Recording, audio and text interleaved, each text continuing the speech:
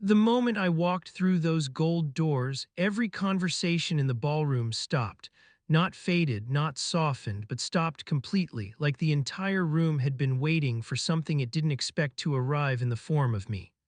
400 people turned at once, their eyes locking onto a man they hadn't planned to notice, and in that silence I felt it clearly. I didn't just enter the room, I interrupted it. I stood there in a suit made exactly for me, every detail intentional, every stitch carrying meaning, in a place where men like me were never expected to belong, and across the room I found her, Celeste Abernathy.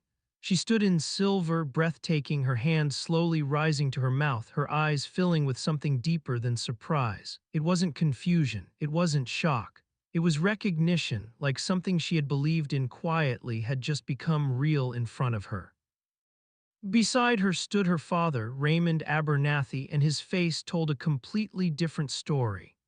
First confusion, then recognition, and then something heavier, the look of a man realizing that the assumptions he had made, the quiet judgments he believed were facts, were beginning to collapse in real time. My name is Jordan Marcus Ellis, and I didn't come from rooms like this. I came from Westview, Atlanta, the kind of place people don't invest in, the kind they leave behind. My mother raised me and my sister alone after my father disappeared from our lives, working two jobs without ever letting us feel like we were missing something essential. No matter how late she got home, there was always dinner, always structure, always a sense that stability wasn't something you waited for, it was something you created. Somewhere in that life, without ever announcing it, I made a decision that would define everything that came after. I was going to become the man who changed what was possible for us. I didn't have connections or advantages, but I had something else. I understood numbers, not in a trained academic way at first, but instinctively, like patterns spoke to me before I fully understood why. My aunt noticed it before anyone else did. She didn't just encourage it, she fed it. Books, conversations, long evenings breaking down how money actually moves, how systems work, how value is created and multiplied. That was the first shift in my life. I earned a scholarship to Georgia State, graduated early near the top of my class, and eventually landed a position at Meridian Capital, a place where people like me weren't exactly welcomed but tolerated if we proved ourselves useful enough. So I did what I had always done. I worked longer, studied deeper, prepared harder than anyone around me. I stopped caring about being noticed and focused entirely on becoming undeniable. And slowly it started to work. My analysis didn't just make sense, it made money, real money. The kind that changes how people look at you even when they don't want to. By 26, I wasn't just another analyst anymore. I was someone people quietly relied on, someone whose decisions carried weight even if my name didn't carry status yet. While all of that was happening, I started building something of my own, quietly, patiently. No announcements, no validation, no need for attention, just work. That's around the time I met Celeste. She represented everything her world stood for: wealth, polish, influence, but she wasn't like the world she came from. She saw people clearly without filtering them through status or expectation. The first night we met, we talked for hours, real conversations without performance, without posturing, and something genuine formed almost immediately. 4 months later, she told her father about me.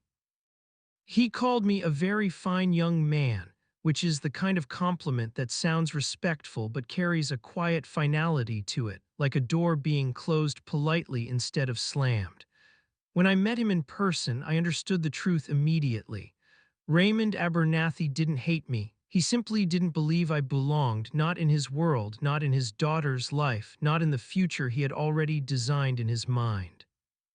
At dinner in his home, everything was polished, controlled, perfect, and underneath it all was a message that didn't need to be spoken directly. Celeste's life operated at a certain level, and I wasn't it. I didn't argue. I didn't try to convince him because I knew something he didn't. I wasn't finished yet. While he was forming conclusions about me, I was still building.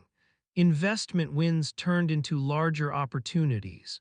Private clients turned into strategic relationships. I started seeing patterns others missed, not because I was smarter than everyone else, but because I came from places they never studied, never understood, never even considered relevant. And it worked. Then came the invitation.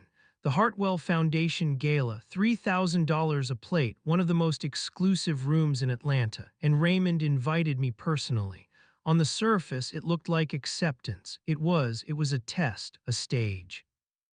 An opportunity for him to confirm what he already believed, that I would show up, look out of place, and quietly prove him right. So I made a decision. If he wanted a stage, I would give him a performance he could never forget. I reached out to Vincent Ackaffer, a client who had become more than that, a man who understood power because he had built his own from nothing. I told him everything, and instead of questioning me, he laughed and asked me a single question that shifted everything. Do you know what you're worth? That question led to a conversation, which led to an introduction, which led to a meeting with Charles Osai, and by the end of that sequence, my life had changed in a way that no one in that ballroom could have predicted.